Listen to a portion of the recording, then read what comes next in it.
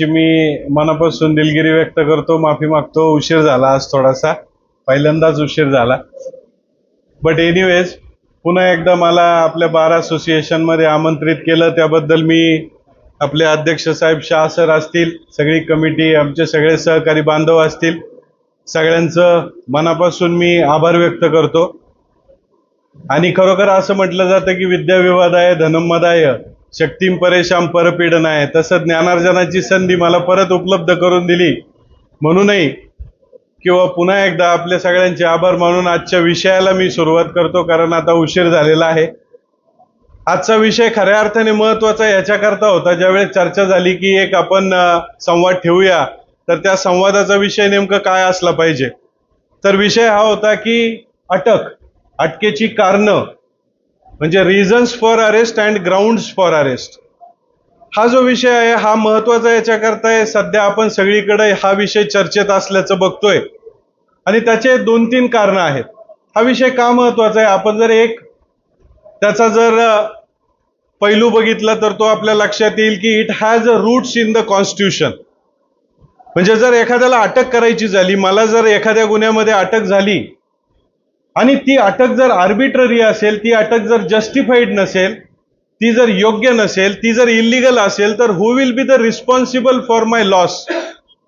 कोण जबाबदार असणार आहे की जे माझं रेप्युटेशन हार्म झालं त्याच्याकरता कोण जबाबदार असणार आहे.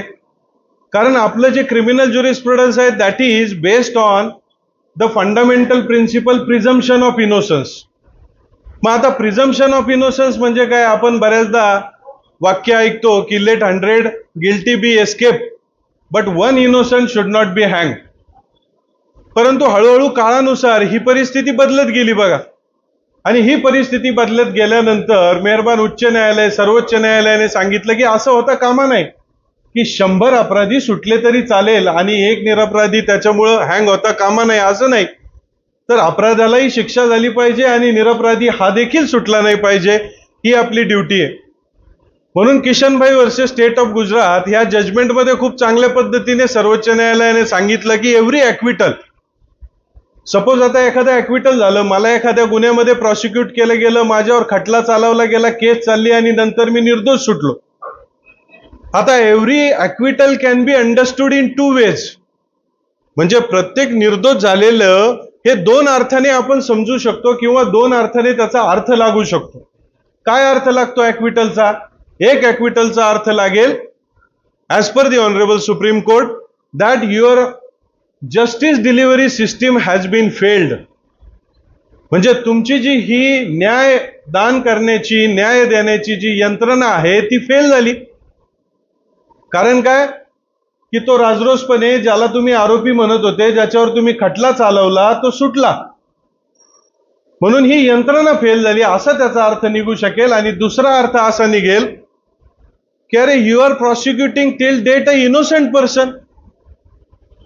आणि तुम्ही आतापर्यंत कोणावर खटला चालवत होते, तर एका इनोसेंट माणसावर खटला चालवत होते, कारण तो तर आरोपी नव्हताच. मग अशा पद्धतीने काळजी ज्यावेळेस आपल्याला घ्यावी लागते त्यावेळेस आपल्या लक्षात येतं की fundamental principle of criminal jurisprudence says that you are presumed to be innocent till you proves to be guilty.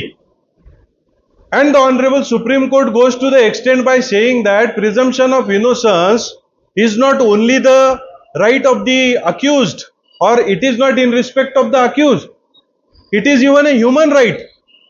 प्रत्येक माणूस हा प्रिझ्युम केला गेला की तो इनोसेंट आहे जोपर्यंत त्याला शिक्षा देऊन त्याला साबित केलं जात नाही. मग आज आजच्या मुद्द्याशी याचं कनेक्शन काय, तर हे जर डीप रूट्स आपण बघितले की मी जर प्रिझ्युम केलंय, आरोपी म्हणून मला प्रिझ्युम केलंय, तुम्ही फक्त आरोप केलाय, सिद्ध झालेलं नाही, मी इनोसंट आहे असं प्रिझ्युम केलंय. आणि secondly no man can be detained without trial. आता असंही म्हटलं जातं की तुम्हाला डिटेन करून ठेवता येणार नाही विदाउट ट्रायल.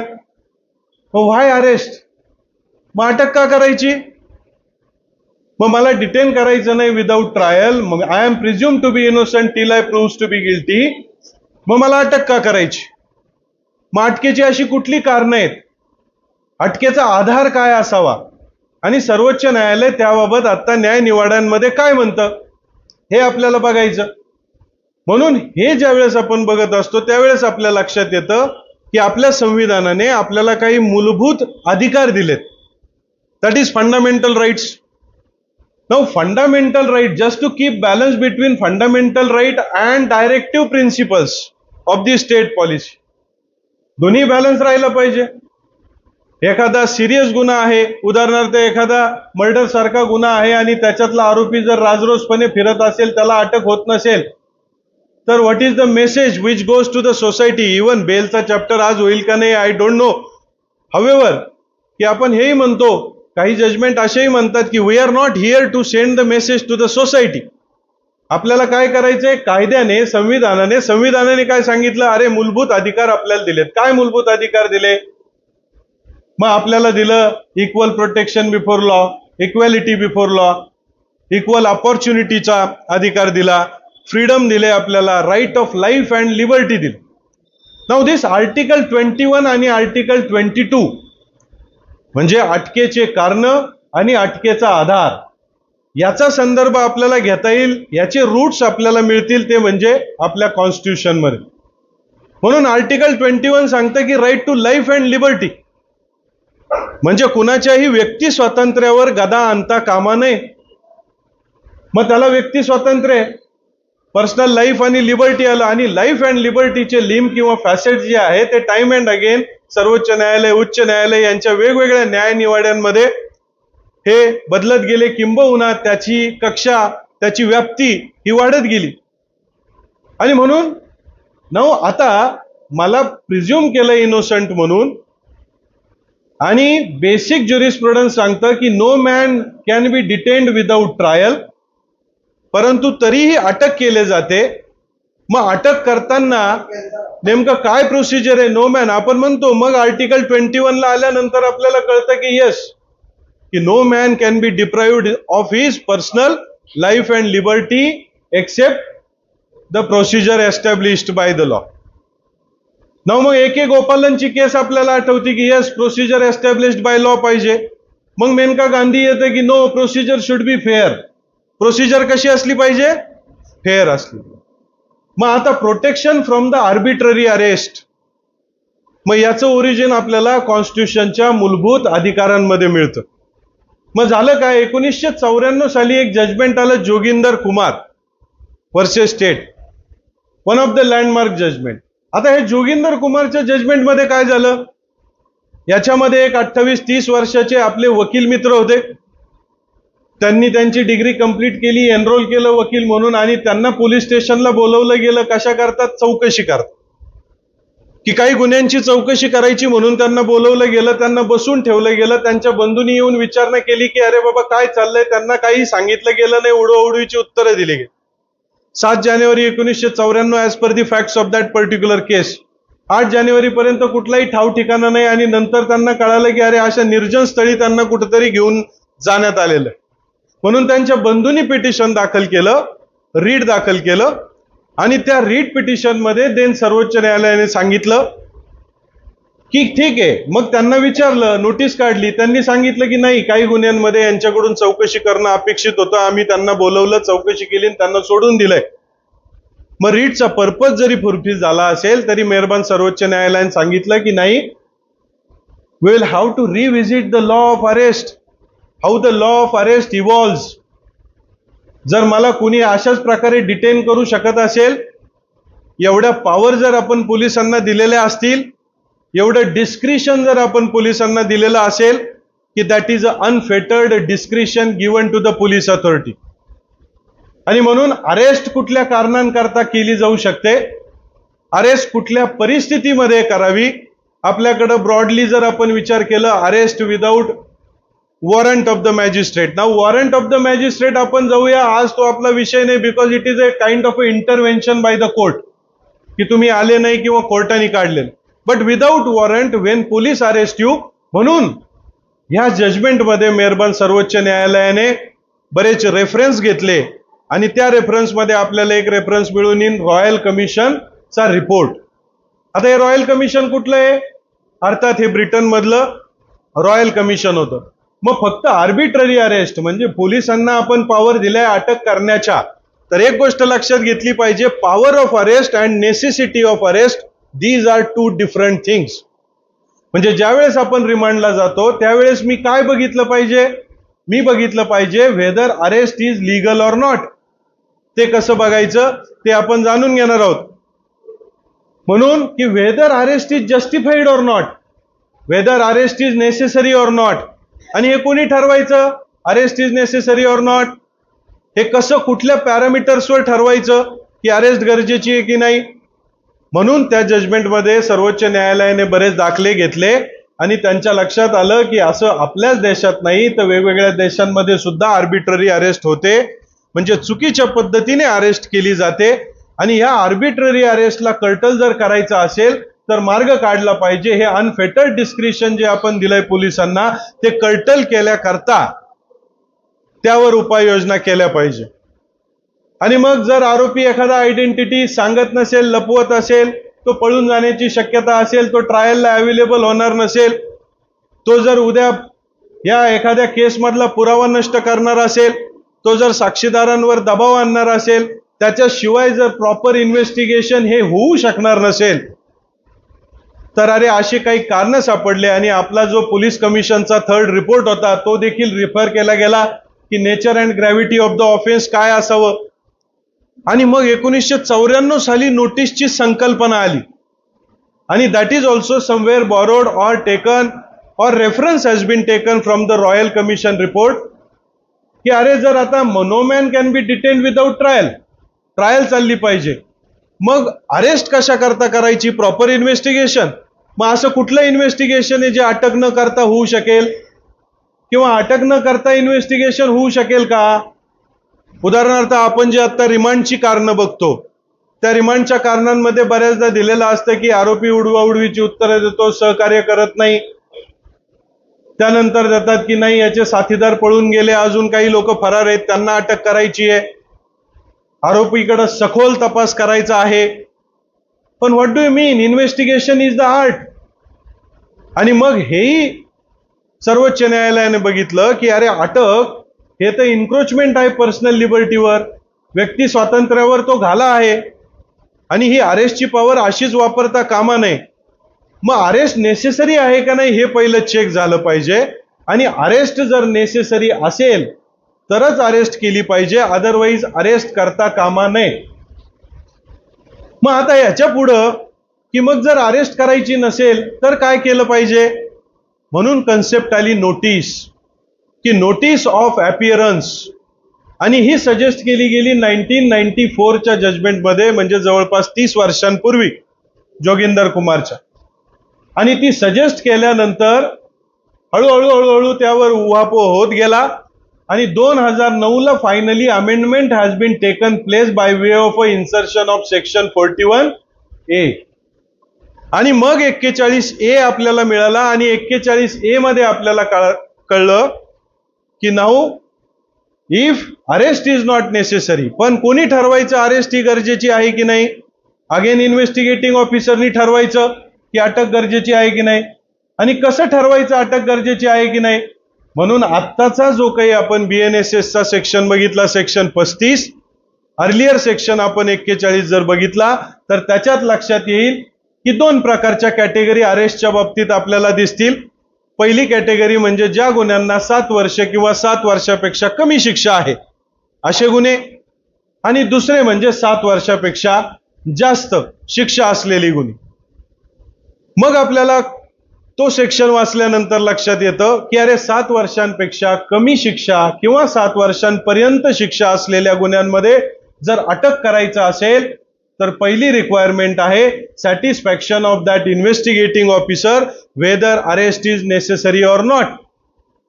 अटक गरजेची आहे की नाही हे पहिलं समाधान करून घेतलं पाहिजे त्या इन्व्हेस्टिगेटिंग ऑफिसरनी. नेहमी आपण बोलत असतो डिस्क्रिशनच्या बाबतीत. आता पोलिसांना हे डिस्क्रिशन दिलंय, but discretion should have been used judiciously. And secondly, when we talk about the discretion of the police authority, similarly, our second chapter in respect of bail. So in respect of bail, जे discretion आहे that is vested in the hands of judges. But there are governing principle of the Honorable Supreme Court and High Court judgments जे आपल्याला guide करत असतात, जे सांगत असतात की हे डिस्क्रिशन वापरायचं कसं. मग टाइम अँड अगेन मग डीके बसूनच्या वेगवेगळ्या गाईडलाईन आल्या सो फार ॲज अरेस्ट इज कन्सर्न. मग सांगितलं की नाही आर्बिट्ररी अरेस्ट होता कामा नाही because it is a important facet of fundamental right. इथपर्यंत आपण आलो. मग आता 7 वर्षांपेक्षा कमी शिक्षा असलेला जो गुन्हा आहे त्याला जर अटक करायची असेल तर पहिली गोष्ट काय आहे की त्याच्यामध्ये वर्डिंग बघितलं तर रिझनेबल कंप्लेंट, रिझनेबल सस्पिशन. मग सस्पिशन आहे, कंप्लेंट आलेली आहे, क्रेडिबल इन्फॉर्मेशन आलेली आहे. बट पहिला मुद्दा जर बघितला then first upon reason to believe हा एक वर्ड महत्वाचा येतो. That should be argued before the court की whether there are reason to believe that he has committed an offence because it is a conflict with presumption of innocence. Burden lies upon prosecution to prove the case. Case is not yet proved. म्हणून काय मग बघायचंय, पहिलं बघायचं whether there are reasons to believe that he has committed an offense. यानी ही घटना किंवा हा जो काही गुन्हा आहे तो केलेला आहे असं मानण्यास कारण आहे का, whether there are reasons to believe. Secondly अटकेची कारणं देतात. काय आहेत अटकेची कारणं? मग अटकेची कारणांमध्ये आपल्याला कळतं की नाही without his arrest proper investigation cannot be taken place. त्याची अटक केल्याशिवाय प्रॉपर इन्व्हेस्टिगेशन हे होणार नाही. मग त्यावेळेस आपल्याला हे लक्षात आलं पाहिजे की अटकेचे जे 41 किंवा सेक्शन 35 मधले सब कॉलम मधले जे 5 क्रायटेरिया दिलेले आहेत की प्रॉपर इन्व्हेस्टिगेशन होणार नाही, हा पळून जाण्याची शक्यता. अरे पळून जाण्याची शक्यता आहे but he is having landed property. त्याच्या नावावर 2 घरं आहेत, त्याची मुलं इथं शाळेत जातात. मग तुम्ही मेअर फॉर्मॅलिटी म्हणून अटकेची कारणं देणार का? म्हणून मग आता हा लॉ डेव्हलप होता होता then we got the judgment of the Arnesh Kumar. मग अर्नेश कुमारचं जजमेंट आलं. म्हणजे आता सुरुवातीला अटकेचा आधार आपण समजून घेण्याच्या पूर्वी अटकेची कारणं आपण समजून घेतोय की अटकेची कारणं काय काय असतात ते आपण जाणून घेतलं. मग ही अटकेची कारणं फॉर्मॅलिटी म्हणून लिहायची का? नाही. मग ह्या अटकेच्या कारणांना आधार असायला हवा ना, बरोबर आहे. म्हणजे सेक्शन 41 किंवा आत्ताचा सेक्शन 35 तसा सेक्शन 47 आणि पूर्वीचा सेक्शन 50 हा देखील त्याच्याबरोबर आपण वाचला पाहिजे सीआरपीसीचा. तो काय सांगतो की फाईन आता तुम्ही ठरवलं ना अर्नेश कुमार. मग अर्नेश कुमार या जजमेंटमध्ये ऑनरेबल सुप्रीम कोर्टाने goes to the further extent थोडंसं पुढे जाऊन सांगितलं की बाबा रे ठीक आहे अरेस्ट करण्याच्या तुम्हाला पॉवर्स आहेत परंतु powers of arrest are different than the necessity of arrest. तुम्ही ऑटोमॅटिकली अरेस्ट करू नका. ती केस 498 ची होती बट त्याच्यामध्ये पर्टिक्युलरली म्हटलं की 7 वर्षापर्यंतच्या शिक्षा असलेल्या गुन्ह्यांना ते जजमेंट लागू होईल. नंतर सत्येंद्र कुमार अंटील हे जजमेंट आलं. त्या जजमेंटमध्ये सांगितलं की नाही strict compliance of Arnesh Kumar हे झाला पाहिजे. मग कंप्लायन्स करायचं म्हणजे काय? उदाहरणार्थ माझ्याकडे मी इन्व्हेस्टिगेटिंग ऑफिसर आहे, एखादा गुन्हा दाखल झाला ज्याला 7 वर्षापर्यंतची शिक्षा आहे. मग सगळ्या 7 वर्षापर्यंत किंवा 7 वर्षापेक्षा कमी शिक्षेचे जे गुन्हे आहेत त्यांना सगळ्यांना नोटीस मी देणं मॅन्डेटरी आहे का? परत आला सोसायटल बॅलन्स. मी एखादा चोरी मधला एक गुन्हा करणारा मला त्याच्या आरोपाखाली अटक झाली आणि मग त्याला अटक करायची नाही का? मला लक्षात आलं रिझनेबल कंप्लेंट आली, सस्पिशन अराईज झालं, क्रेडिबल इन्फॉर्मेशन मिळाली. पण मग अशी काही अडचण आहे का की नाही अर्नेश कुमार शेजर 7 वर्षाखाली शिक्षा आहे ना तुम्ही ही नोटीस दिली पाहिजे? तर असं कुठेही जजमेंटमध्ये मॅन्डेट केलेलं नाही. मॅन्डेटेड काय आहे? नोटीस देणं गरजेचंच आहे असं मॅन्डेट केलं नाही, पण नेसेसिटी चेक करून घेतली पाहिजे की अटक करण्याची गरज आहे का. मग अटक करण्याची गरज कशी चेक करायची? पुन्हा आपण त्या मुद्द्यावर आलो की प्रॉपर इन्व्हेस्टिगेशन होणार नाही, याने चोरी केलेला माल कुठे लपवलाय ते कळणार नाही.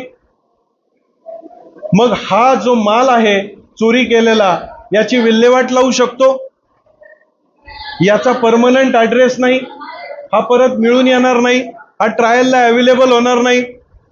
मग याचा आधार काय? बघा साहेब, याचा आधार असा आहे की हा जो गुन्हा आहे तर याच्या अगोदर याच्यावर 10 गुन्हे पेंडिंग आहेत. He is a habitual offender. म्हणून अटकेची कारणं देताना अर्नेश कुमार या सर्वोच्च न्यायालयाच्या न्याय निवाड्यामध्ये the honourable supreme court says that, बघा आता तुमच्याकडे अशी जर केस आली तर तुम्ही पहिलं काय करायचं, तुम्ही नेसेसरी आहे का नाही अटक ह्या पॅरामीटर्सवर ते चेक करा. नंबर 1. नंबर 2, तुम्हाला वाटलं की अरे याच्यात अटक करण्याची गरज नाही, लाईक वाईज आपण घेऊया फॉर एक्झाम्पल कुठलाही एक ऑफेन्स घेऊ, 420 आहे, डॉक्युमेंटरी एव्हिडन्स आहे, सगळे डॉक्युमेंट जे आहे ते पब्लिक डोमेन मध्ये अवेलेबल आहे. आणि मेहरबान सर्वोच्च न्यायालयाने हेही वेळोवेळी सांगितलं की अटक करण्यामागचा उद्देश काय असतो, प्रेशराईज करणं. अटक हा करप्शनचा मुद्दा असू शकतो आणि म्हणून प्रेशराईज केलं जाऊ शकतं. म्हणून आता 420 ची जर कंप्लेंट आली आणि 420च्या कंप्लेंटमध्ये असं निदर्शनास आलं की डॉक्युमेंटरी एव्हिडन्स आहे, that evidence can be collected without the custody, physical custody of the accused. आणि एक मजेशीर गोष्ट म्हणजे की आपण म्हणतो प्रॉपर इन्व्हेस्टिगेशन करण्याकरता याला अटक करणं गरजेचं आहे. आता तुम्ही लक्षात घ्या की सेक्शन 27 आपल्याला कॉमनली सगळीकडे यूज करताना आपण बघतो. What is section 27 of the evidence act? Discovery of the fact which is admissible. की मी आणि माझ्या साथीदारांनी मिळून अमुक अमुक ठिकाणी खून केला आणि खून करून लपून ठेवलेला चाकू इथे इथं लपवले आहे, मी ती जागा दाखवतो आणि चाकू काढून देतो असं निवेदन घेतलं जातं. Even the honourable courts goes to the extend by saying that की अरे आरोपी तुमच्याकडं आला, 41 ची नोटीस दिली आणि आरोपी आला, तुम्ही ती नोंद घेतली स्टेशन डायरीला की आरोपी माझ्याकडे आला, so he is in your custody, you can take down his disclosure, you can effect any recovery if any. म्हणजे 27 साठी सुद्धा तुम्हाला फिजिकल कस्टडी हवी का? नाही. मग जर असं असेल तर अटकेशिवाय सुद्धा प्रॉपर इन्व्हेस्टिगेशन होऊ शकतं हे आपल्याला न्यायाधीशांना दाखवून देणं गरजेचं आहे. Wien the aspect relating the necessity of the arrest comes. आता आपण द्यायला लागलो अर्ज की अटकेचा आधार इन्फॉर्म केला नाही, याच्या अगोदर आपण काय करायचो? I will tell you my one example. In Satara court 420 चा गुन्हा होता, फ्रॉड्युलंट केला असा जो आरोप होता, त्या आरोपाची जी काही अमाऊंट होती ती थोडीशी मोठी होती. आणि मग त्या गुन्ह्यामध्ये सुरुवातीला मला 420 असल्यामुळं प्लेन 406, तर आरोपीला 41 ची नोटीस देण्यात आली. का दिली नोटीस ते आपण समजून घेतोय. नोटीस दिली म्हणजे काय? Investigating officer reached to the conclusion that arrest is not necessary. बरोबर? की आता इन्व्हेस्टिगेटिंग ऑफिसरनी ठरवलं मला अटक करण्याची गरज नाही. हे किती दिवसात करायचं? 2 वीक्स मध्ये करायचं. हु सेज इट? अर्नेश कुमार. 2 आठवडे. 2 आठवड्यांमध्ये अटक करायची की नाही, जर अटकेची गरज नसेल तर त्या इन्व्हेस्टिगेटिंग ऑफिसरनी has to say this to the magistrate, has to report this to the magistrate. आणि म्हणून आता त्या आयोगाने काय केलं की 41 ची नोटीस पाठवली, म्हणजे आयोग comes to the conclusion that की अरेस्ट इज नॉट नेसेसरी. आणि मग नोटीस आम्हाला मिळाली. आम्हाला नोटीस मिळाल्यानंतर सेक्शन 35 किंवा अर्लियर सेक्शन 41 काय सांगतो की ओके नोटीस मिळाली, then it is your bound and duty to follow that notice. आता तुमचं ड्युटी काय आहे? ती नोटीस तुम्ही फॉलो करा. मग फॉलो करायची म्हणून त्या नोटीसमध्ये तारीख वेळ वार सांगितला की ह्या वेळेला ह्या तारखेला तुम्ही हे डॉक्युमेंट घेऊन या. मग आम्ही ते डॉक्युमेंट घेऊन गेलो. Surprisingly he recorded that particular statement of the accused. आरोपीचं स्टेटमेंटही रेकॉर्ड झालं की त्याचं काय म्हणणं आहे. आणि त्याच्यानंतर मात्र अचानकपणे suddenly one day he arrested the accused आणि त्यानंतर आरोपीला अटक केली. आता इथं आपण संभ्रम होतो की 7 वर्ष कमी किंवा 7 वर्षापर्यंतच्या शिक्षा असणाऱ्या गुन्ह्याला नोटीस द्यावीच लागते का? तर असं मॅन्डेटरी नाही. दुसरी गोष्ट, नोटीस दिली, मग नोटीस दिल्यानंतर अटक करता येईल का? एक तर नोटीसचा कंप्लायन्स केला नाही तर अटक करता येईल. आणि दुसरी ही गोष्ट 35(3) मध्ये आपल्याला लक्षात येईल की अनलेस, वाक्य जोडण्यात असं जोडलंय अनलेस म्हणजे जोपर्यंत मी कंप्लाय करतो तोपर्यंत अटक करायची नाही, अनटिल अँड अनलेस जर काही रिझन्ड ग्राउंड्स असतील तर after issuance of notice, after compliance of notice, also investigating officer can arrest. आणि मग हे सेक्शन 35(3) मध्ये आपल्याला वर्डिंग जर आपण कन्फर्म करायचं म्हणलं तर I will just point out that section 35(3) हा काय म्हणतो, where such person complies and continues to comply with the notice he shall not be arrested. Comply करेपर्यंत अटक करायची नाही in respect of the offence refer to in the notice, unless त्या notice मध्ये refer केलेल्या सेक्शन करता त्याला अटक करायची नाही. अनलेस काय, for the reasons to be recorded, unless for the reasons to be recorded, असे काही कारण त्यांना मिळाले की जे रेकॉर्ड करता येतील. Police officer is of the opinion that he ought to be arrested, त्याला अटकच केली पाहिजे असे जर काही कारण त्यांना मिळून आले तर after compliance of that notice also he can arrest me, and that is 35(5) मध्ये. सो सेक्शन 35 सबक्लॉज 5 मध्ये आपल्याला ते, म्हणून आपली पहिली शंका ही दूर झाली की नोटीस पाठवायची मॅन्डेटरी आहे का, अटक करू शकतो का, अटक करू शकतो विदाऊट नोटीस सुद्धा, पण नेसेसिटी चेक झाली पाहिजे. दुसरी गोष्ट, नोटीस पाठवल्यानंतर परत अटक करू शकतो का, तर करू शकतो, रिझन असले पाहिजे. पण मग ह्या डिस्क्रिशन जे पोलिसांना दिलं आणि if they are literate about this आणि त्यांना हे माहिती आहे असं धरून चालू, तर याचा यूजही होऊ शकतो, चांगला यूज, आणि मिसयूजही होऊ शकतो. मग हे मिसयूज टाळण्याकरता सर्वोच्च न्यायालयाने या अर्नेश कुमार मध्ये वेगवेगळ्या गाईडलाईन्स दिल्या. मग सांगितलं बघा, जर तुमची इच्छा ना, तुम्ही तर नोटीस पाठवली म्हणजे तुम्ही कन्क्लुजनला आलात की याची अटक गरजेची नाही, आणि आता अचानक काय झालं तुम्ही अटक करता, म्हणून सांगितलं की आता रिमांड आल्यानंतर आता मॅजिस्ट्रेटनी पण बघायचं की अरेस्ट जस्टिफाईड आहे की नाही. हे काय फक्त पोलिसांनी लिहून दिलं, रिमांड रिपोर्ट पाठवला, रिमांडची कारणं लिहिली, अटकेची चेकलिस्ट द्या म्हणून अर्नेश कुमारनी सांगितलं.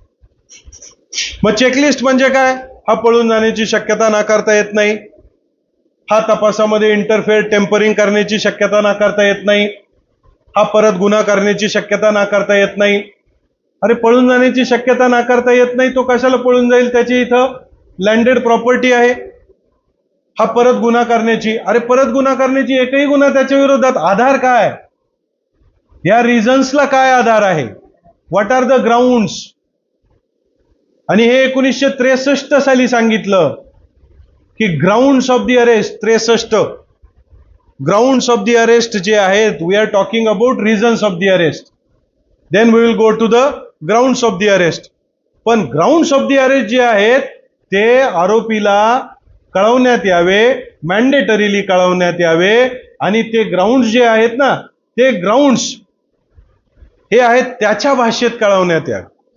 का बरं असं, कारण आपण नेहमी बॅलन्स साधण्याचा प्रयत्न करतो की आरोपीला अटक करायची, आरोप केलाय, सिद्ध नाही झाला, प्रिझम्पशन ऑफ इनोसन्स आहे, बर्डन इज ऑन प्रॉसिक्युशन, अशा परिस्थितीत म्हणजे पहिली अटक करायची मग 169 पाठवायचा का. मग पहिली अटक केली, त्याला जे अटकेत तुम्ही ठेवलं त्याचा जो रेप्युटेशनचा लॉस झाला, म्हणून काळजीपूर्वक अटक करा, म्हणून डिस्क्रिशनचा मिसयूज करू नका. आणि म्हणून मग अर्नेश कुमार मध्ये वेगवेगळ्या गाईडलाईन्स मध्ये सांगितलं की येस, ही नेसेसिटी चेक झाली पाहिजे, आणि याला जर फॉलो केलं नाही तर अल्टिमेटली डिपार्टमेंटल ऍक्शन तुमच्यावर होऊ शकेल. And Wien it goes before the magistrate, तर मॅजिस्ट्रेट साहेबांनी सुद्धा काय करायचं. मग आमच्याही केसमध्ये तसंच झालं की after issuance of notice the accused came to be arrested. मग अरेस्ट केल्यानंतर आम्ही गेल्यानंतर म्हणलं arrest is illegal because the judgment of the guidelines of the judgment in the Arnesh Kumar has not been followed. Secondly, आता after notice जर मला arrest करायची असेल तर unless reasons to be recorded and the investigating officer is of opinion that he ought to have bin arrest. असं काय घडलं, असं काय घडलं की 15 दिवसापूर्वी इन्व्हेस्टिगेटिंग ऑफिसरनी ठरवलं की याला अटक करण्याची गरज नाही, आणि म्हणून मला 41A ची नोटीस पाठवली, आणि ऑल ऑफ सडन मला नोटीस पाठवली, मला नोटीसला मी कंप्लाय केलं, माझं स्टेटमेंट रेकॉर्ड केलं, मला ज्या वेळेला बोलवलं त्या वेळेला जाऊन मी डॉक्युमेंट्स दिले, अँड सडनली ही अरेस्टेड मी. Whether that discretion has not been misused, it has been correctly misused, and the honourable court rightly allowed the application. त्यांनी PCR ची मागणी केली होती, ते रिमांड ऍप्लिकेशन रिजेक्ट करून आमचं हे for non violating or violation of this particular 41A the accused has been released. म्हणून की ज्यावेळेस आपण रिझन्स फॉर अरेस्टचा विचार करतो त्यावेळेस हे जजमेंट आपलं नेहमी लक्षात असलं पाहिजे की what is that judgment. That judgment is in respect of Arnesh Kumar. मग आता आपण बोलत होतो चेकलिस्टच्या बाबतीत, तर मग बऱ्याचदा चेकलिस्ट दिली जाते, पण ही चेकलिस्ट फॉर्मॅलिटी म्हणून द्यायची का? तर नाही. म्हणून आला आधार, आणि तो आज नाही. That is inbuilt there. जर आपण बघितलं की सेक्शन जर दोन्हींचे बघितले, सेक्शन 47 आत्ताचा BNSS अँड सेक्शन 50 CRPC, मग हे काय सांगतं? अँड देन कॉन्स्टिट्युशनल रूट जर आपण बघितलं तर कॉन्स्टिट्युशनल रूट आपल्याला कुठे मिळेल? Then we will find in article 22. मग आता आर्टिकल 22 आपल्याला काय सांगतं? की that particular accused should have been informed in respect of the grounds of his arrest.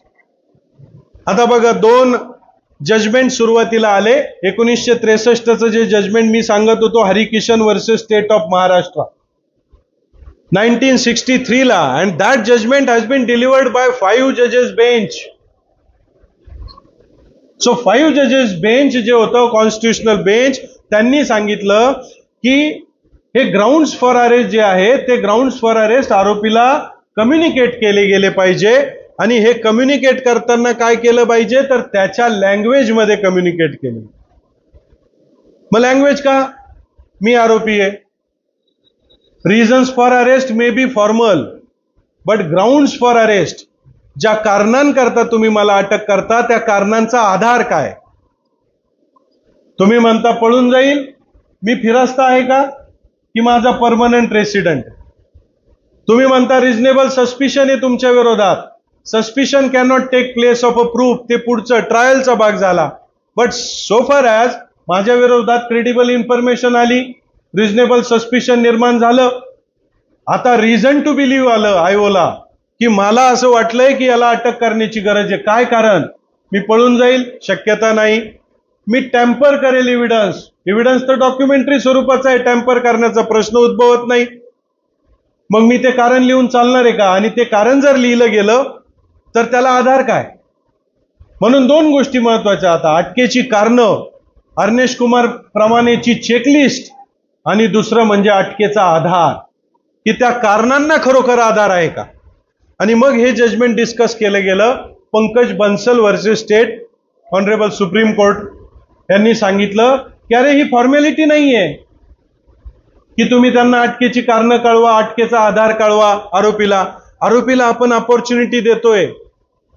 Audi alteram partem हे प्रिन्सिपल आहे आपल्याकडं, त्याला डिफेंड करण्याची संधी दिली पाहिजे. आणि one of the important facet of the fundamental right also says that to consult the choice lawyer. मला माझ्या चॉईसच्या लॉयरशी, आपण पिक्चर मध्ये नाही बघत का, मैं कुछ नाही बोलूंगा, मी काय बोलणार नाही, मला वकील, माझा वकीलच तुमच्याशी बोले. का बरं असं? एवढ्या मोठ्यानी तावाने येतो त्या सगळ्या ह्याच्यामध्ये कस काय बोलतो? Because it is enriching in the constitution. It says that की it is a facet of fundamental right. It is your fundamental right to consult your choice lawyer. आणि म्हणून मला जर माझ्या चॉईसचा लॉयर देण्याचा फंडामेंटल राईट मला संविधानाने दिला, तर मला जर माहीतच नसेल की माझी अटकेची कारणं कोणती आणि मला अटक कुठल्या आधारावर केली, तर मी मला डिफेंड कसा करेन? माझा लॉयर मला डिफेंड कसा करेल? म्हणून दॅट पर्टिक्युलर ऑब्झर्वेशन्स जे घेतले गेले की फॉर्मॅलिटी नाही, फर्स्ट जजमेंट आपण घ्यावं ते म्हणजे पंकज बन्सल. त्यानंतर दुसरं जजमेंट आलं प्रबीर पुरकायस्थ म्हणून. तर हे प्रबीर पुरकायस्थ हे जे प्रकरण होतं त्या प्रकरणामध्ये एक न्यूज चॅनलचे ते संपादक होते, त्यांच्यावर काही आरोप होते, त्यांना अटक केली गेली आणि त्यानंतर ते प्रकरण या मुद्द्यावर गेलं की अरे अटक करतेवेळी अटकेचा आधार, यांना कुठल्या आधारे अटक केली हे कळवलं. मग कसं कळवायचं?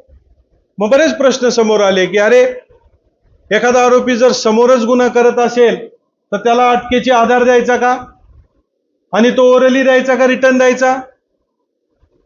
आणि मग आपण बघत बसायचं, नाही पहिले अटकेचा आधार देऊ द्या नंतर अटक करू, असं करायचं का? But so far as that issue is pending before the honourable supreme court right now also, हे काही कॉन्टिजन्सीज असू शकतील की इमिजिएटली द्यायचा का, फोर्थविथ द्यायचा का ॲज सून ॲज पॉसिबल, म्हणजे काही वेळांनी द्यायचा, काही दिवसांनी दिलं तर. The honourable Bombay high court recently says that की काही मिनिटांच्या अवधीने अटकेचा आधार कळवला म्हणून तो इल्लीगल होणार नाही. पण आत्तापुरतं आपण समजून घेऊयात की ज्यावेळेस प्रबीर पुरकायस्थ हे जजमेंट आलं, त्या जजमेंटनी पोझिशन एक क्लिअर केली की नाही, की हा अटकेचा आधार तुम्ही त्याला देणं गरजेचं आहे, ते रिटर्न फॉर्मॅटमध्ये देणं गरजेचं आहे आणि रिटर्न त्याला कळालं. कम्युनिकेशन म्हणजे काय, इंटेंट ऑफ द लेजिस्लेशन काय, याच्या मागचं इंटेंट काय, अरे त्याला कळायला पाहिजे ना. नाही तर तुम्ही म्हणजे स्टेशन डायरीला तुम्ही नोंद घ्याल आणि म्हणाल की आम्ही कळवलं, मग असं चालणार नाही. कशावरून कळवलं? तर त्याकरता म्हणून सांगितलं की no, it should be in the return form. मग काही सुप्रीम कोर्टचे आता हे रिसेंटच जजमेंट आहेत, त्यामध्ये आपल्याला एक महत्वाचं जजमेंट आत्ताचं आपल्याला लक्षात येईल, ते म्हणजे विहान कुमार हे जजमेंट. या विहान कुमार ह्या जजमेंटनी सांगितलं, म्हणजे आता बघा तसं जर विचार केला तर अटकेचा आधार हा दिलेला असेल का बऱ्याचशा केसेसमध्ये? वाटतंय आपल्याला अटकेचा आधाराचा कंप्लायन्स झालेला असेल? नाही. मग बऱ्याच उहापोह हा व्हेरियस हायकोर्ट्स अँड व्हेरियस हायकोर्ट्समध्ये, सुप्रीम कोर्टमध्ये याबद्दलची पिटिशन दाखल होत आहेत आणि त्यामध्ये एक जजमेंट आलं, that is Vihaan Kumar versus state. तर हे विहान कुमारचं जे जजमेंट आलं, तर ह्या जजमेंटमध्ये एक केस डायरीमध्ये एंट्री घेण्यात आली होती आणि केस डायरीमध्ये एंट्री घेण्यात आली की यस अटकेचा आधार कळवला म्हणून. अटकेचा आधार काय असू शकतो? मग आपल्याला लक्षात येईल की अगोदर जे प्रबीर पुरकायस्थ मधलं जजमेंट होतं त्याच्यात honourable supreme court has distinguished between reasons for arrest and grounds for arrest. अटकेची कारणं वेगळी, अटकेचा आधार वेगळा. म्हणून देताना आता चेकलिस्ट जर दिली न्यायाधीशांना तर आरोपीला काय देणं गरजेचं आहे? अटकेचा आधार, की कुठल्या आधारे मी अटक करत आहे. मग विहान कुमार मध्ये झालं की स्टेशन डायरी एंट्री घेतलेली होती की अटकेचा आधार कळवला,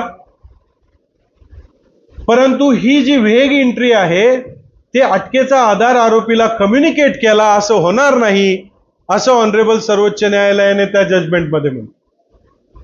मग सांगितलं ही कॉन्स्टिट्युशनल रिक्वायरमेंट आहे, ही फक्त मेअर फॉर्मॅलिटी नाही, ही फॉर्मॅलिटी नसून ही कॉन्स्टिट्युशनल रिक्वायरमेंट आहे. त्यानंतर रिमांड रिपोर्टमध्ये कधी कधी आपल्याला दिसेल बघा, आता ही वेगवेगळे जजमेंट्स याच्यावर येत आहेत, बऱ्याच ठिकाणी आपल्याला हे निदर्शनास येईल की रिमांड रिपोर्टमध्ये लिहिला की अटकेचा आधार कळवण्यात आला. But that is also not sufficient as per this judgment. नातेवाईकांना कळवण्यात आला, बायकोला कळवण्यात आला, अशीच केस होती विहान कुमारमध्ये. That is also not sufficient. Personally third पार्टीला कळवण्याच्या ऐवजी आरोपीला कळवणं गरजेचं. आणि म्हणून की पर्पज काय आहे की तो इफेक्टिव्ह स्वतःला डिफेंड करू शकला पाहिजे न्यायालयामध्ये. That purpose should have been served with the communication. आणि म्हणून हे जे अटकेच्या आधाराचं कम्युनिकेशन आहे that should be prompt and that should be in the proper way. आणि मग यानंतर एक जजमेंट जर आपण बघितलं तर आशिष कक्कर हे पण जजमेंट आलं. Honourable justice MM Sundaresh and Rajesh Bindal honourable justice यांचं जजमेंट आहे 25 मार्च 2025चं. यामध्येही आपल्याला लक्षात येईल की अरेस्ट मेमो असतो, अटकेचा पंचनामा. आता अटकेचा पंचनामा हे ग्राउंड्स फॉर अरेस्ट होऊ शकतील का? तर त्यांनी सांगितलं नाही. कारण काय? अटक का करताय? तुम्ही नेसेसिटी चेक करताय, अटकेची गरज आहे की नाही. ती नेसेसिटी कशी चेक करताय? तुम्ही दिलेल्या पॅरामीटरवर नेसेसिटी चेक करताय. आता आलं तुमच्या लक्षात की अरे अटक करण्याची गरज आहे. पण अटक करण्याची गरजेला काही आधार आहे की नाही, जसं आपण चर्चा केली. मग तो आधार नसेल तर अरेस्ट मेमो हा ग्राउंड ऑफ अरेस्ट बरोबर इक्वेट करता येणार नाही, त्याला एकत्र धरता येणार नाही, असं आशिष कक्कर या सर्वोच्च न्यायालयाच्या जजमेंटमध्ये आपल्याला सांगितलं. आणि मग त्यानंतर त्यामध्ये बरेचसे जजमेंट आले. आणि आत्ताचं जे मी म्हटलो की that is pending before the honourable supreme court, की आपल्याला ऑनरेबल सुप्रीम कोर्ट सेज की we will how to keep the balance. मग असे तर आरोपी पण सुटतील ना, हिनियस, सिव्हिअर, सिरियस क्राईमचे जे आरोपी आहेत, की जर कंप्लायन्स करण्याचा राहून गेला तर अल्टिमेटली, कारण काय, हे व्हायोलेशन कशाचं आहे, फंडामेंटल राईट्स आहे, ही कॉन्स्टिट्युशनल मॅन्डेट आहे असं सर्वोच्च न्यायालय म्हणतं. आणि मग ही जर फंडामेंटल राईटच व्हायोलेट होत असेल तर आरोपीला ते म्हणतात सोडून द्या, फोर्थविथ रिलीज करा. मग मी गेलो रिमांडला तर मी काय केलं पाहिजे, आता मी दोन गोष्टी बघितल्या पाहिजे. So far as grounds for arrest is concern, 7 वर्षापेक्षा जास्त शिक्षा असो किंवा कमी शिक्षा. रिझन्स फॉर अरेस्ट, आता 7 वर्षापेक्षा जरी जास्त शिक्षा असली तरी मी चेक केलं पाहिजे की whether grounds for arrest has been communicated or not, आणि whether that communication is in proper written form and whether it is to the third party or personally to the accused, whether they are taking aid of remand report arrest memo, की त्याच्यातच दिलंय, त्याच्यातच सांगितलंय no. म्हणून मला विहान कुमार हे judgement माझ्यासोबत हवं. आणि त्याच्याबरोबरच मला बघितलं पाहिजे की whether Arnesh Kumar has been complied or not. 41A चा कंप्लायन्स झाला का, 7 वर्षापेक्षा कमी किंवा 7 वर्षापर्यंत शिक्षा असेल तर. Even going to the further extent हे पण समजून घेतलं पाहिजे की आता एखादा गुन्हा आहे ज्याला 7 वर्षापेक्षा जास्त शिक्षा आहे, मग हा जर 7 वर्षापेक्षा जास्त शिक्षेचा गुन्हा असेल तर त्याला 41A ची नोटीस देता येईल का, त्याला सेक्शन 35 ची नोटीस देता येईल का. म्हणून आपण जर वर्डिंग त्या सेक्शनचं बघितलं तर आपल्याला लक्षात येईल की देता येईल. कधी देता येईल, when investigating officer reach to the conclusion that arrest is not necessary. कारण काय, आता आपण 35 बघितला, ही पण बऱ्याच जणांची शंका होती. I will just read that particular portion. Section 35 मध्ये जर आपण बघितलं तर आपल्या लक्षात येईल की where the police officer, 35(3), the police officer shall in all cases, काय म्हटलंय, in all cases. In all cases म्हणजे कुठल्या ऑल केसेस, सेक्शन 35च्या अंतर्गत येणाऱ्या सगळ्या केसेस. मग सेक्शन 35च्या अंतर्गत काय काय केसेस येतात, वेन पोलीस मे अरेस्ट विदाउट वॉरंट, पहिलं काय येतं, अगेन्स्ट हुम किंवा रिझनेबल कंप्लेंट. आणि याच्यात जर आपण बघितलं तर सी कॉलम मध्ये आपल्याला दिसेल against hmm credible information received in respect of the offence punishable more than 7 years. म्हणजे 35(1) मध्ये असलेल्या सगळ्या केसेस मध्ये जिथे काय म्हणतंय, Wien arrest of a person is not required under subsection 1, subsection 1 खाली असलेल्या सगळ्या प्रकारच्या गुन्ह्यांमध्ये जिथं अरेस्ट रिक्वायर्ड नसेल तिथं काय केलं पाहिजे, then 1 issue a notice directing the person against whom a reasonable complaint has been made. मग ती नोटीस इश्यू केली पाहिजे. म्हणजे 41A has been replaced by section 35(3). मग 35(3) आपण वाचला तर लक्षात येईल की अरे गुन्ह्याची शिक्षा. म्हणून कधी कधी की इन्व्हेस्टिगेटिंग ऑफिसर हे सुद्धा अंडर इम्प्रेशन असतात की अरे ठीक आहे बाबा, आता हे जो गुन्हा आहे हा गुन्हा 7 वर्षापेक्षा याला शिक्षा जास्त आहे, मग ऑटोमॅटिक अरेस्ट करायची का, नाही. You see, whether is arrest is necessary or not, whether investigation can be done without his physical custody. आणि मग या गुन्ह्यांमध्ये सुद्धा नोटीस देण्याची प्रोव्हिजन आपल्याला निदर्शनास येते. मग या बाबतीत की ज्यावेळेस आपण रिमांडला जाणार त्यावेळेस even going to the further extent Ibrahim versus state हे एक जजमेंट आपल्याला रेफर करता येईल, where the honourable supreme court says that even after rejection of the anticipatory bail also it is not mandatory that he should be arrested. बऱ्याचदा आपल्याला वाटतं की अरे अटकपूर्व जामीन रिजेक्ट केला, सरेंडर शिवाय पर्याय नाही. बघा किती डिस्क्रिशनरी पॉवर्स किती वास्ट आहेत. हे कोणी ठरवायचंय परत?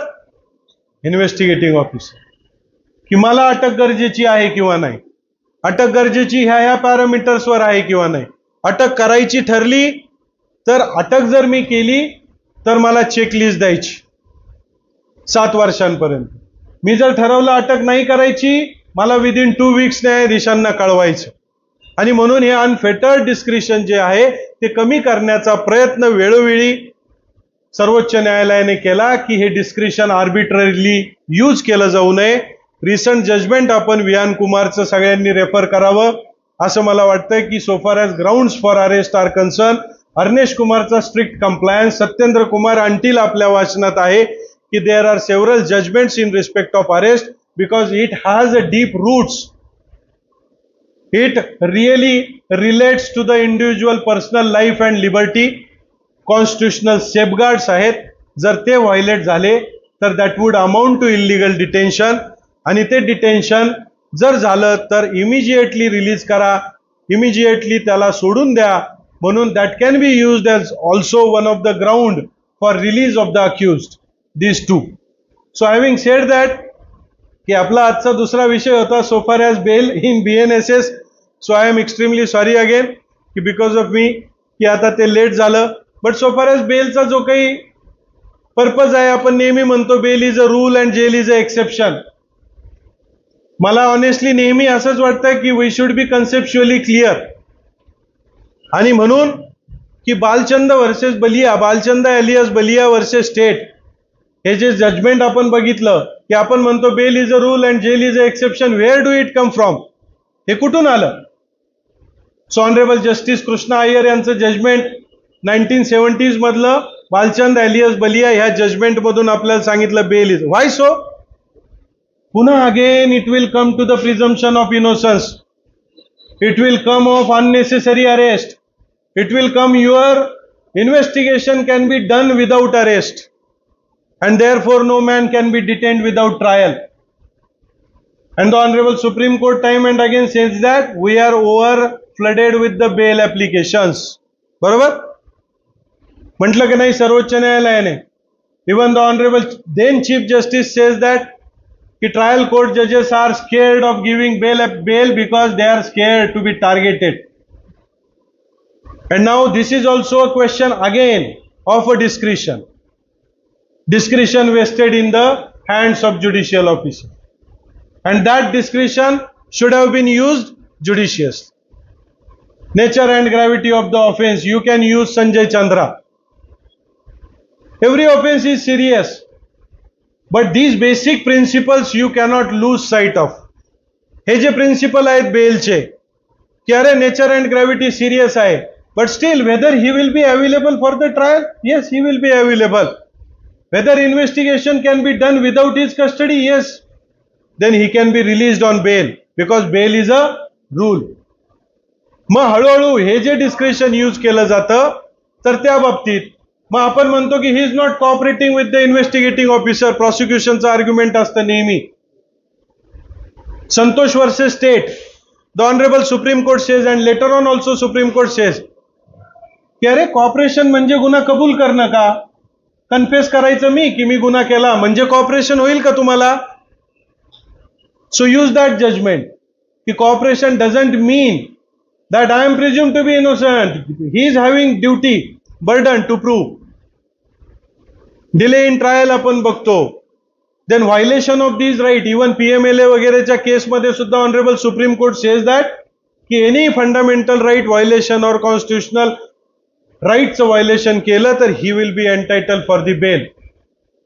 देन मी मगाशी म्हणलं की we R sending wrong message to the society. Firoz versus state, we are not here to send the messages to the society. We will have to apply your mind according to the judicial discipline. And therefore discretion doesn't mean individual opinion of me. ते judicial ऑफिसरचा असू द्या किंवा ते पोलिसांचा असू द्या.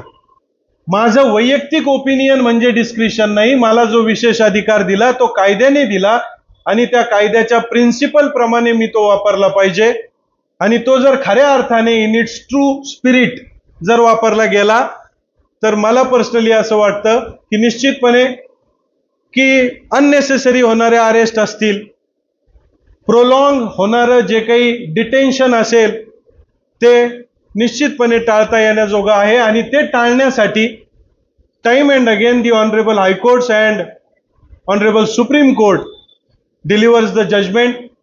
आणि म्हणून असंही म्हटलं जातं की आपण की uncertainty of law is the power of advocate.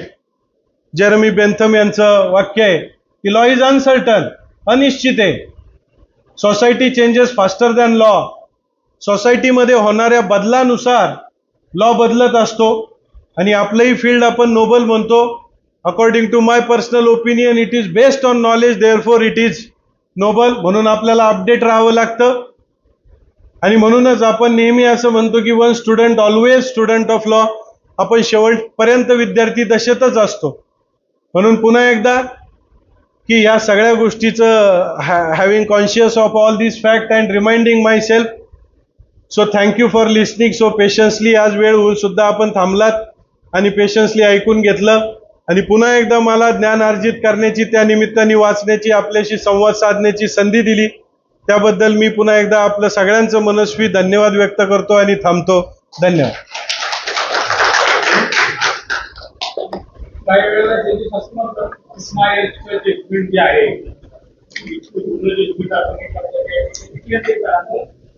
ते लाईव्ह हे कर बघ. हा काय म्हणले सर? बरोबर. हो. मग ते तुम्ही जुन्या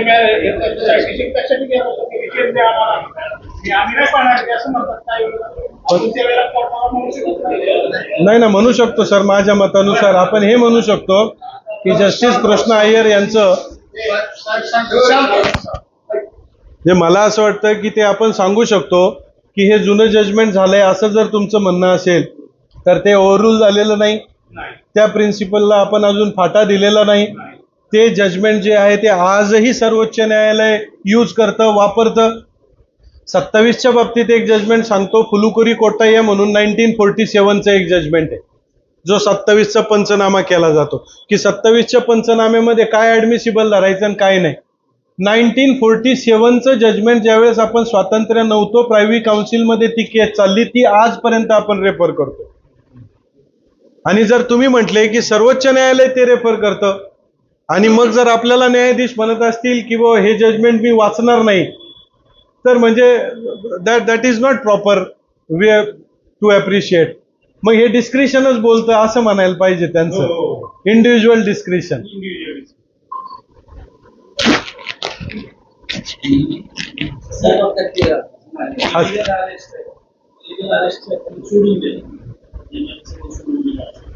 त्याचं स्टेटस काय? कारण त्याला परत अरेस्ट करू शकतं.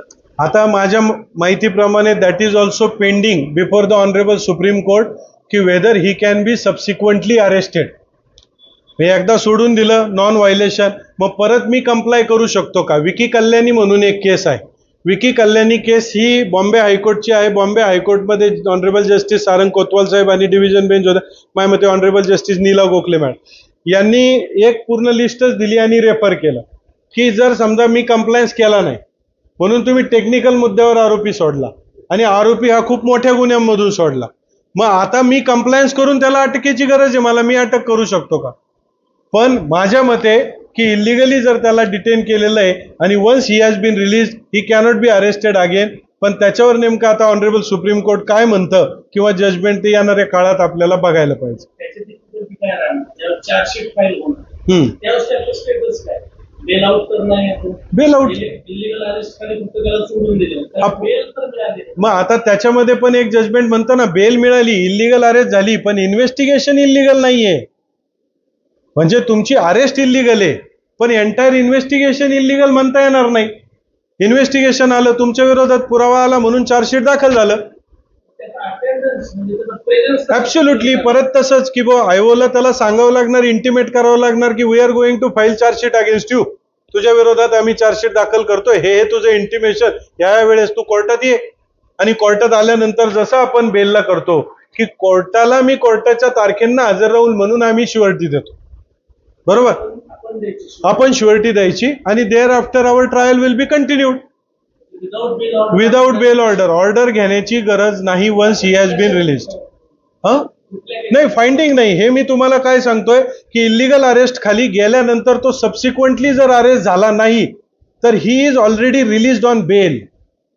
Therefore he is not required to take the fresh bail. कारण हे जर तुम्ही म्हणले तर आपलं याचं अँटिसिपेटरी बेलचं मेहत्रेचं एक जे जजमेंट आहे तर सिद्धाराम मेहत्रेचे जजमेंट आणि याच्यात जर जजमेंट आता टिप ऑफ द टंग मला सांगता येणार नाही, पण बरेच जजमेंट म्हणतात की चार्जशीट दाखल करते वेळी तुम्हाला बेल घेण्याची गरज नाही. That is continuation of the bail. सो आता तुम्ही टेक्निकल मुद्द्यावर सुटले काय, तुम्ही 167(2) सुटले काय, म्हणजे डिफॉल्टनी जरी तुम्ही सुटले तरी तुम्ही टेक्निकली सुटता. पण हा टेक्निकल मुद्दा नाही म्हटलाय, हा म्हणला कॉन्स्टिट्युशनल मॅन्डेट आहे. So basically that is to be kept in mind.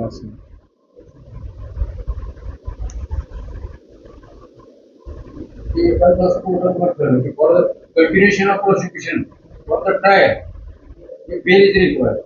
कोर्टाचं मत असतं जामीनदार घेणं. yes, till the trial, after investigation, after charge sheet, बरोबर court requires.